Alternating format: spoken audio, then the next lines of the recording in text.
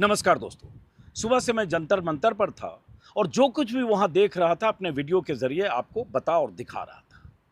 हजारों युवा जिस तरह से वहां आ रहे हैं, स्टूडेंट्स, बच्चे देश के अलग अलग राज्यों से, जिनकी नाराजगी सरकार से है और जिस तरह से लाठी चार्ज हुआ उसके बाद जंतर मंतर पर जबरदस्त भीड़ बढ़ रही है, वो सब तस्वीरें भी कैद करके उसके बाद मैं घर लौट रहा था क्योंकि कई खबरें आ चुकी थी तब तक कि जेपी नड्डा की प्रेस कॉन्फ्रेंस हो गई, उन्होंने कुछ ऐलान किया। इसके अलावा खबरें आई कि कैसे सोनम वांगचुक ने अपना वीडियो संदेश जारी किया। खबर आई कि दीपके, अभिजीत दीपके जो सीजेपी के चीफ हैं, उनकी तरफ से कहा गया कि हम तब तक यहाँ बैठे रहेंगे जब तक हमारी मांगें मानी नहीं जाएगी। तो मैंने सोचा अब ये सब घर पहुंचकर वीडियो के जरिए एक आखिरी सम अप में दर्शकों तक पहुंचाऊंगा।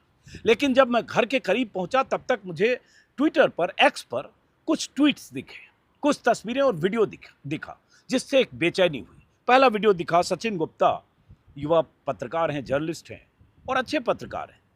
उनका एक ट्वीट दिखा मुझे जिसमें उन्होंने लिखा, एक वीडियो डाला, स्क्रीन पर वो वीडियो देख रहे हैं आप, और उन्होंने लिखा 2 लाइन, जंतर मंतर पर प्रदर्शनकारी छात्रों ने दिल्ली पुलिस के कई जवानों को पीटा। और ये ट्वीट सचिन ने किया 8:44 पर। मेरी नज़र शायद इस पर 9:30 बजे के आसपास पड़ी। और ये उन्होंने लिखा 22 जुलाई रात 8:20। इसका मतलब ये झड़प 8:20 पर हुई। अब जब ये वीडियो देखा तो एक बेचैनी हुई। इस तस्वीर को आप स्क्रीन पर देख रहे हैं कि किस तरह से बहुत सारे प्रदर्शनकारी हैं और उसके बाद सामने कुछ पुलिस वाले दिख रहे हैं और एकदम आमने सामने गुत्था गुत्थी की स्थिति। हालांकि उसमें 2-3 पुलिस वाले शायद हैं जिनको छात्रों ने घेर लिया था। तो ये वीडियो देखकर मुझे बेचैनी हुई कि हुआ क्या। तो मैंने सचिन को फ़ोन किया कि क्या हुआ, क्योंकि मैंने सोचा कि मैं वापस लौटूं फिर, और ऐसी इस तरह की झड़प कल भी कुछ हुई थी। तो सचिन ने बताया कि नहीं, अब लगभग ख़त्म हो गया है। तो फिर मैंने कहा कि अच्छा, आपके वीडियो के ज़रिए जानने की कोशिश करता हूँ। तो उनका मैंने दूसरा वीडियो तुरंत देखा जो 8:30 का था, जिसमें उन्होंने लिखा कि आरएएफ ने फिर प्रदर्शनकारी छात्रों पर आंसू गैस के गोले छोड़े, छात्र भी एकदम भिड़ गए, कई पुलिस वालों से उनके डंडे छीन लिए, छात्र इतने आक्रामक थे कि दिल्ली पुलिस और आरएएफ को पीछे हटना पड़ा। ये दूसरा वीडियो है।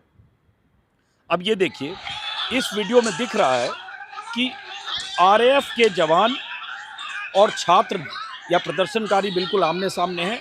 प्रदर्शनकारियों की तरफ से भी पत्थर फेंके जा रहे हैं, लाठी से प्रहार किया जा रहा है, आरएएफ के लोग अपना बचाव भी कर रहे हैं और उसके बाद आमने सामने गुत्थम गुत्था की ये तस्वीर है। उसके बाद तीसरा ट्वीट सचिन का मैंने देखा, अभी सचिन के हवाले से बता रहा हूँ, उसके बाद मैं अपनी बात भी कहूँगा और बाकी खबर भी। तीसरा वीडियो देखा मैंने सचिन का, ये देखिए स्क्रीन पर, ये तीसरा वीडियो है। इसमें उसके बाद जो, बल्कि सचिन की आवाज़ में सुनिए आप।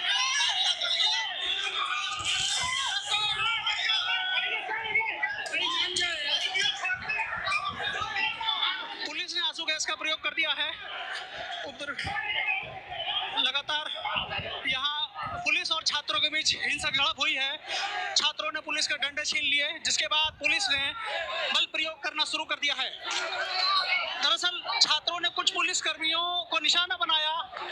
उन पुलिसकर्मियों को छुड़ाने के लिए जब बाकी पुलिसकर्मियों और आरएएफ के जवान आए तो ये हिंसक भिड़ंत और ज्यादा हिंसक हो गई।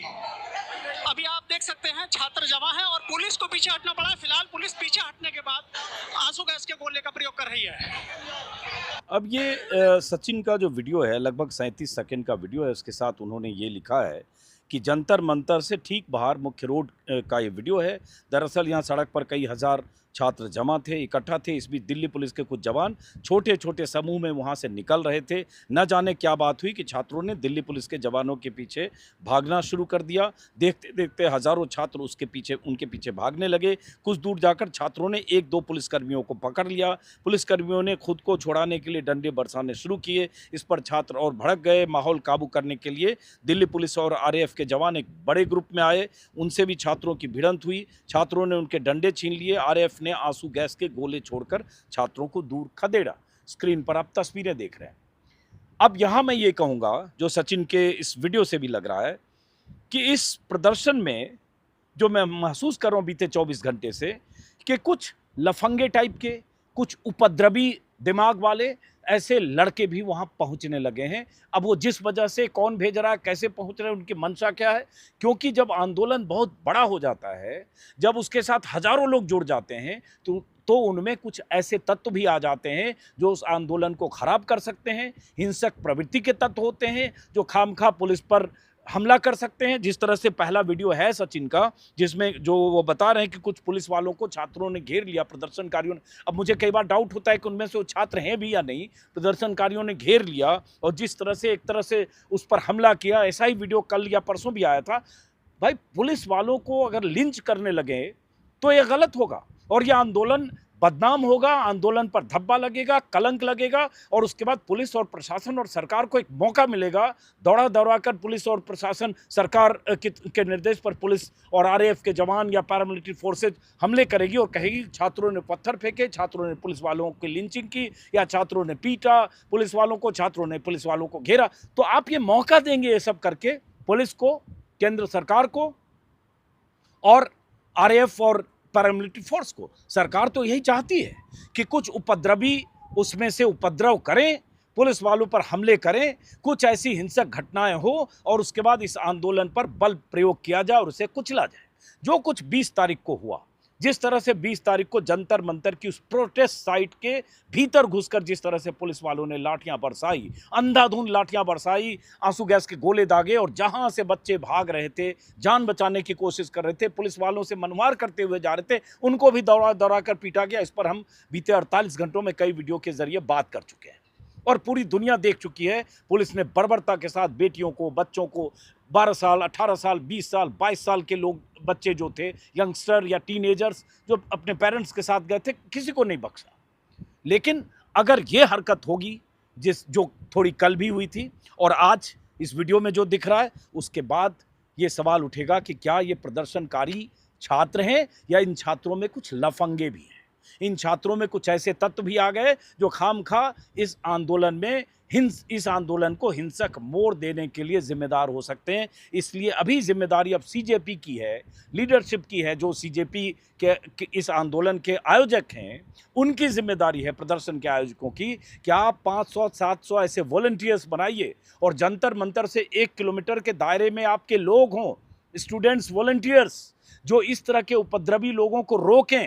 हालांकि इस वीडियो में भी दिख रहा है कि जब ये लड़के लाठी डंडे, जैसे इस वीडियो में दिख रहा है, लाठी डंडे लेकर जब पुलिस वालों पर पत्थर फेंक रहे हैं, लाठी चला रहे हैं, और यहाँ दिख रहा है कि पुलिस वाले सेल्फ डिफेंस कर रहे हैं। मैं कहूँगा आरएएफ वाले यहाँ सेल्फ डिफेंस करते हुए दिख रहे हैं। लेकिन इस वीडियो में जो दिख रहा है, ऐसी स्थिति में फिर 1-2 लोग, 4 लोग लड़के ऐसे दिख रहे हैं जो इन्हें रोकने की भी कोशिश कर रहे हैं, इस भीड़ को। लेकिन इसे नियंत्रण, इस तरह की हिंसा को, इस तरह के हमले को, इस तरह के प्रदर्शन में इस तरह की गतिविधि को आपको नियंत्रण करना पड़ेगा।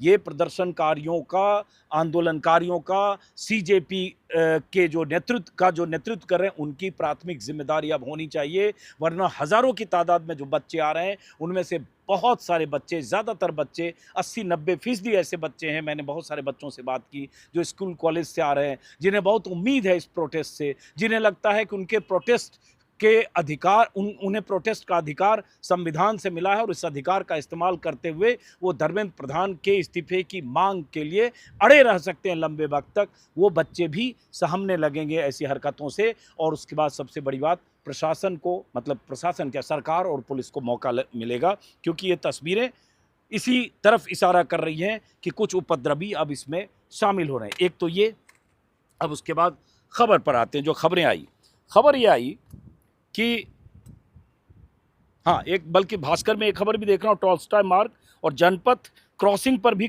प्रदर्शनकारी उग्र हुए, वहाँ भी कुछ किसी पुलिस अधिकारी के साथ मारपीट की गई। ये किसी सूरत में नहीं होना चाहिए भाई। आपने अहिंसक आंदोलन की शुरुआत की है, अहिंसक आंदोलन होना चाहिए, अहिंसक प्रदर्शन होना चाहिए, हिंसक प्रवृत्ति के लोग इसमें नहीं हो। देखिए, पुलिस अगर लाठी चार्ज करती है, जो किया पुलिस ने 20 तारीख को, पुलिस ने बर्बरता की, उसमें युवाओं में गुस्सा होगा, नाराज़गी होगी, हो सकता है वो नाराज़गी रिटेलिएशन में कहीं दिखे। लेकिन आज जो हुआ उसे देखकर ऐसा नहीं लग रहा है कि पुलिस को जिस तरह से घेर कर कुछ प्रदर्शनकारियों ने अगर घेरा या उनके साथ मारपीट की, बिल्कुल अक्षम्य है, बिल्कुल नहीं होना चाहिए। अब आते हैं कि अब इस प्रोटेस्ट का होगा क्या। जब मैं चल रहा था तब मैंने वीडियो रिकॉर्ड किया, रात की तस्वीर स्क्रीन पर आप देख रहे हैं। ज़बरदस्त भीड़ है, ज़बरदस्त। बल्कि मैं कहूँगा, मैं 19 तारीख को भी था, 20 तारीख को भी था, 21 तारीख को भी था, आज भी वहाँ लगभग 8:15 बजे तक था। ज़बरदस्त भीड़। तो आज सबसे अधिक भीड़ थी। मतलब जंतर मंतर की प्रोटेस्ट साइट से लेकर और लगभग 1 किलोमीटर तक जो टॉलस्टॉय मार्ग है, खड़े होने की जगह नहीं थी। और इसलिए मुझे घर आना पड़ा, क्योंकि मैं वीडियो वहाँ रिकॉर्ड नहीं कर सकता था। नहीं तो आमतौर पर मैं आखिरी वीडियो वहीं रिकॉर्ड करके चलता हूँ, लेकिन वहाँ अगर वीडियो रिकॉर्ड करता तो मेरे पास इसकी गुंजाइश नहीं थी। हज़ारों लोग थे सड़क पर, नहीं रिकॉर्ड कर सकते, इसलिए मैं आ गया। तस्वीर स्क्रीन पर देख रहे हैं। लेकिन अब ये प्रोटेस्ट कहाँ जाएगा, क्या होने वाला है? सरकार की बेचैनी और चिंता है। सरकार चाहेगी आंदोलन खत्म हो। विपक्ष भी अब सरकार पर दबाव बना रहा है। संसद में भी ये मुद्दा उठा। राहुल गांधी ने इस मुद्दे को लेकर आज प्रेस कॉन्फ्रेंस किया, कल मार्च किया, प्रधानमंत्री आवास के बाहर धरना दिया, ये सब आप जानते हैं। लेकिन इसमें सोनम वांगचुक, जिनके अनशन के बाद ये आंदोलन जोर पकड़ा और जब उन्हें उठाकर पुलिस ले गई जबरन, उसके बाद इस आंदोलन को और रफ्तार मिली। सोनम वांगचुक ने एक चिट्ठी लिखी है जेपी नड्डा को, जो पूर्व बीजेपी अध्यक्ष हैं और केंद्रीय मंत्री हैं, जिनसे मुलाकात भी हुई थी सोनम वांगचुक की। जेपी नड्डा और पीएमओ में मंत्री जितेंद्र सिंह, ये दोनों मिलने गए थे। मेदांता हॉस्पिटल में सोनम वांगचुक एडमिट हैं। मुलाकात के बाद इन लोगों ने कहा कि आप अनशन खत्म कर दीजिए। लेकिन सोनम वांगचुक ने एक चिट्ठी लिखी है और एक वीडियो जारी किया। मैं चाहता हूँ वो देखिए। जैसे चिट्ठी में उन्होंने बात कही, जो उन्होंने चिट्ठी लिखी है जेपी नड्डा को और जितेंद्र सिंह को, उन 2 मंत्रियों को जो उनसे मिलने गए। उसमें उन्होंने कहा, प्रिय नड्डा जी और जितेंद्र सिंह जी, कल रात अस्पताल आकर मुझसे मिलने और अनशन खत्म करने की अपील करने के लिए आपका धन्यवाद। हमारी बातचीत के दौरान आपने भरोसा दिलाया था कि सरकार इन बातों पर सकारात्मक रूप से विचार करेगी। और वो बातें क्या है? परीक्षा पेपर लीक के बाद आत्महत्या करने वाले छात्रों के परिवारों को उचित मुआवजा दिया जाए, संसद में इस मुद्दे पर गंभीर चर्चा हो और जवाबदेही तय की जाए। इसमें शिक्षा मंत्री के इस्तीफे पर विचार भी शामिल हो। ये चिट्ठी में लिखा है। और उसके बाद एक वीडियो है 3 मिनट का। हालांकि मैं चाहता हूँ 3 मिनट सुनिए भाई। जिनके अनशन से छात्रों के इस आंदोलन को धार मिली, जिनके अनशन से ये मुद्दा इस बुलंदी पर पहुंचा, जिनके अनशन की वजह से हजारों युवा देश भर से प्रेरित होकर इस प्रोटेस्ट का हिस्सा बने, तो उन्हें सुना जाना चाहिए। तो मैं चाहता हूँ 3 मिनट का वीडियो है, सुनिए। नमस्कार साथियों, मैं अभी भी ज़िंदा ही हूँ। ये 25वां दिन है मेरे अनशन का। 25वें दिन तक लगभग मेरा 11 किलो वज़न कम हुआ है और काफ़ी मांसपेशियाँ कम होने लगी हैं, मगर ठीक ही हूँ। कल मैं रात को यहाँ गुड़गांव के एक निजी अस्पताल में लाया गया हूँ सफदरजंग से। और मैं दाद देना चाहता हूँ उन सभी छात्रों को जिन्होंने इतने शांतिपूर्ण तरीके से खुद पर लाठियाँ खाते हुए, वापस कोई हमला ना करते हुए, हालांकि बहुत उकसाने पर भी और कुछ तत्वों को पत्थर फेंकने के लिए लाए जाने पर भी आपने सब्र से काम लिया। मैं बहुत ही मेरा दिल पिघल गया इससे। और क्योंकि उन पर बहुत ही बर्बरता से हमले हो रहे थे, इसलिए मैंने अपना अनशन जारी रखने का फ़ैसला किया था।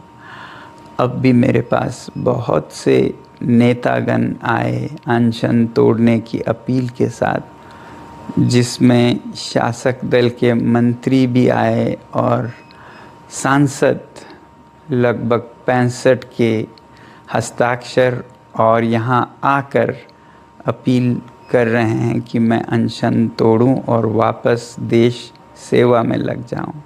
मैं खुद भी ऐसा ही करना चाहता हूं। मेरे लिए मेरा काम बहुत ज़रूरी है, मगर मैं सरकार से विनती करता हूं कि वो और ऐसे ताकत बल का प्रयोग न करें बच्चों पर। और दूसरी बात, उन पर आरोप और एफआईआर जिससे कि उन्हें सताया जा सके जेल या पुलिस द्वारा, ये न करने की मुझे आश्वासन चाहिए, और वो आश्वासन अगर जल्द मिल जाए तो मैं आप सबके और जो नेतागण यहाँ पर आए उनकी बातों का इज़्ज़त करते हुए अनशन आज ही तोड़ूँगा। मगर अगर ऐसा कोई आश्वासन नहीं आए तो बदकिस्मती से मुझे ये अनशन जारी रखना पड़ेगा। जय हिंद।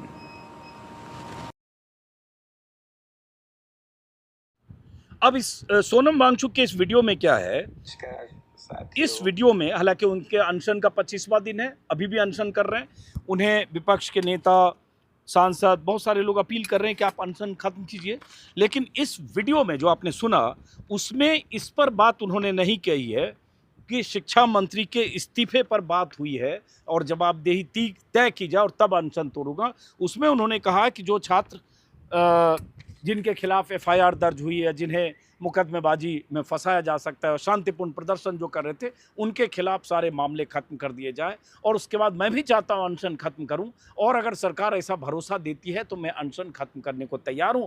मैं अपने मूल काम पर वापस लौटना चाहता हूं। उसके बाद क्या हुआ कि जेपी नड्डा की तरफ से प्रेस कॉन्फ्रेंस हुई लगभग 8:30 बजे, 8:15 बजे के आसपास, 8:30 बजे। जेपी नड्डा ने भी कहा कि सरकार उनसे बात करेगी या हम उनसे बात करेंगे। उन जो सोनम वांगचुक से हमारी मुलाकात हुई है और बातचीत के जरिए हम पूरे मुद्दे को समझने और सुलझाने की कोशिश करेंगे। इससे ये क्लैरिटी नहीं है कि जेपी नड्डा सरकार को या प्रधानमंत्री मोदी को सोनम वांगचुक की उस मांग के लिए उन्हें कन्विंस कर पाएंगे या कर रहे हैं कि धर्मेंद्र प्रधान का इस्तीफा। मतलब धर्मेंद्र प्रधान के इस्तीफे के बगैर भी सोनम वांगचुक का अब अनशन टूटेगा, बातचीत से साफ है। 3 दिन पहले लग रहा था, 2 दिन पहले भी, लेकिन आज। उस बीच क्या हुआ कि विपक्ष के कुछ नेता मिलने गए। समाजवादी पार्टी के सांसद राजीव राय, आम आदमी पार्टी के संजय सिंह, एक महुआ मांझी हैं जेएमएम की, और बहुत सारे सांसद मिलने गए। 55 सांसदों की तरफ से एक चिट्ठी लिखी गई। चिट्ठी लेकर ये लोग गए थे मेदांता, हालांकि इन्हें मिलने नहीं दिया गया। उस चिट्ठी में संजय सिंह ने रिक्वेस्ट किया कि आप अपना अनशन तोड़िए और देश के लिए ज़रूरी है कि आप अपनी ज़िंदगी को, आपकी ज़िंदगी, जीवन अनमोल है, देश के लिए अनमोल है, इसलिए अनशन खत्म करके आंदोलन जारी रखिए। तो अब क्या होने वाला है, अगर अनशन तोड़ते हैं सोनम वांगचुक तो वो मांग, जिस मांग को लेकर अनशन पर बैठे थे, वो मांग पूरी हुए बगैर उनका अनशन टूटता हुआ दिख रहा है।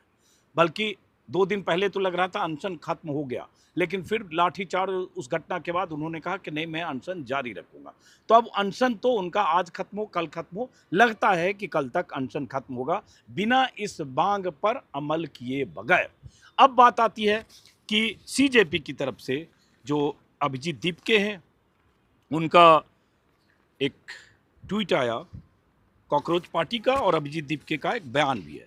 उस बयान में अभिजीत दीपके ने कहा, वीडियो बयान भी है, जिसमें अभिजीत दीपके ने 8:12 पर कहा, जेपी नड्डा के प्रेस कॉन्फ्रेंस पे पहले, लेकिन सोनम वांगचुक के बयान के बाद, जिसमें उन्होंने कहा कि हम सोनम सर की भूख हड़ताल को बेकार नहीं जाने देंगे, छात्रों पर हुए बर्बर हमले को भी बेकार नहीं जाने देंगे, और जंतर मंतर पर शांतिपूर्ण प्रदर्शन तब तक जारी रहेगा जब तक धर्मेंद्र प्रधान इस्तीफा नहीं देते। तो प्रोटेस्ट जारी रहेगा। दीपके कह रहे हैं हम तब तक यहाँ बैठेंगे जब तक इस्तीफा नहीं देते। अनशन वहाँ खत्म होगा, ऐसा अब लग रहा है। वो 24 घंटे में हो, कब हो, जो भी हो। तो कुल मिलाकर स्थिति ये है। मैं ये कहूँगा कि ऐसा ऑर्गेनिक प्रदर्शन, प्रोटेस्ट मैंने आज तक नहीं देखा था। ऑर्गेनिक इस सेंस में कि इसके पीछे राजनीतिक दल उस तरह से शामिल नहीं हैं। सपोर्ट है, अभिजीत दीपके का आम आदमी कनेक्शन है और बहुत सारे आम आदमी पार्टी के कार्यकर्ता भी होंगे, लेकिन जो युवा देश भर से आ रहे हैं, जिनको मेरे वीडियो में देख रहे हैं, वो किसी पार्टी के कहने पर, किसी पार्टी के एजेंडे से या लाए गए नहीं हैं, वो अपने आप स्वतः स्फूर्त आ रहे हैं। ये इस आंदोलन की सबसे बड़ी ताकत और कामयाबी है। लेकिन सफलता तब होगी जब जिस बात को लेकर प्रोटेस्ट शुरू हुआ, आंदोलन शुरू हुआ, वो मांग मान ली जाए, जिसकी अभी गुंजाइश नहीं दिख रही है। सरकार जिद पर अड़ी है, विपक्ष ने भी मुद्दा बनाया है, सड़क पर युवा हैं, युवाओं में जोश इतना है, वो कह रहे हैं कि लंबी लड़ाई लड़नी होगी, हम जितने दिन बैठना होगा उतने दिन बैठेंगे। बल्कि कहीं मैं देख रहा था, अभिजीत दीपके ने ये भी कहा कि किसान अगर 13 महीने तक बैठे रहे और उसके बाद उनकी मांग मानी गई तो हम भी 13 महीने तक बैठेंगे। कहीं ये बयान भी मैं देख रहा था और 3 मांगों की बात कॉकरोच जनता पार्टी की तरफ से की गई है कि आत्महत्या करने वाले बच्चों के परिवारों को 1 करोड़ का मुआवजा दिया जाए, प्रदर्शन करने वालों छात्रों पर कोई मुकदमा न चलाया जाए, जिन पुलिस अधिकारियों ने प्रदर्शनकारियों के साथ अत्याचार किया उनके खिलाफ मुकदमा चलाकर कार्रवाई की जाए। तो इधर से मांग है, उधर से जेपी नड्डा की तरफ से कहा जाना है कि हम बातचीत करें। और जेपी नड्डा की प्रेस कॉन्फ्रेंस में ये भी हुआ कि ज़्यादा आरोप उनका राहुल गांधी पर था। कांग्रेस रूल्ड स्टेट में कहाँ पर्चे लीक हुए, तेलंगाना में क्या हुआ, हैदराबाद माफ़ करिए हिमाचल में क्या हुआ, या कर्नाटका में क्या हुआ, या झारखंड में क्या हुआ, लेकिन यहाँ जो हुआ नीट में बीजेपी शासित राज्यों में, उस पर उनकी तरफ से ये सिर्फ ये कहा गया जो सरकार कह रही है कि हमने दोषियों को दंडित किया, जैसा कि प्रधानमंत्री ने कल कहा महापाप हुआ। तो खैर, तो अब क्या होगा इस प्रदर्शन का, इस आंदोलन का, हमारी नज़र होगी। हमारे वीडियो पर हर रोज़ हमारे प्लेटफॉर्म पर आप जंतर मंतर से ग्राउंड रिपोर्ट देखते हैं। जब तक ये प्रोटेस्ट चलेगा तब तक मेरी कोशिश होगी ज़्यादा से ज़्यादा कवरेज ग्राउंड से, उन युवाओं की, बच्चों की, छात्रों की आवाज़ आप तक पहुंचे। और आखिर में फिर अपील उन प्रदर्शनकारियों से, उन छात्रों से, उन युवाओं से कि अगर आपके बीच कोई उत्पाती तत्व, उपद्रवी तत्व, हिंसक तत्व है तो उनसे सचेत भी रहिए, उन्हें रोकने की भी कोशिश कीजिए और हिंसा में किसी भी सूरत में आप शरीक मत होइए। अगर आप हिंसक होंगे, आप अगर खामखा पुलिस वाले पर हमला करेंगे, वो गलत होगा, अपराध होगा, गुनाह होगा, और उसके बाद पुलिस जवाबी कार्रवाई अगर करेगी तो आप जस्टिफाई नहीं कर पाएंगे कि पुलिस ने गलत किया। तो इसलिए ज़रूरी है आत्मनियंत्रण। अगर गांधीवादी तरीके से आंदोलन शुरू हुआ तो गांधीवादी तरीका ही होना चाहिए, ताकि अगर पुलिस बर्बरता करती है तो ये दर्ज हो कि पुलिस ने बर्बरता किया, ये दर्ज ना हो कि छात्रों ने, प्रदर्शनकारियों ने पुलिस को घेरा, लिंचिंग की, मारा पीटा, वर्दी फाड़ दिया, सिर पर चोट लगी, जख्म कर दिया, ज़मीन पर गिराकर घसीटा, और जब ये सब हुआ तब पुलिस वाले आए और उन्होंने लाठी डंडे बरसाए। ये होना नहीं चाहिए। फिलहाल इस वीडियो को ख़त्म करते हैं। शुभ रात्रि।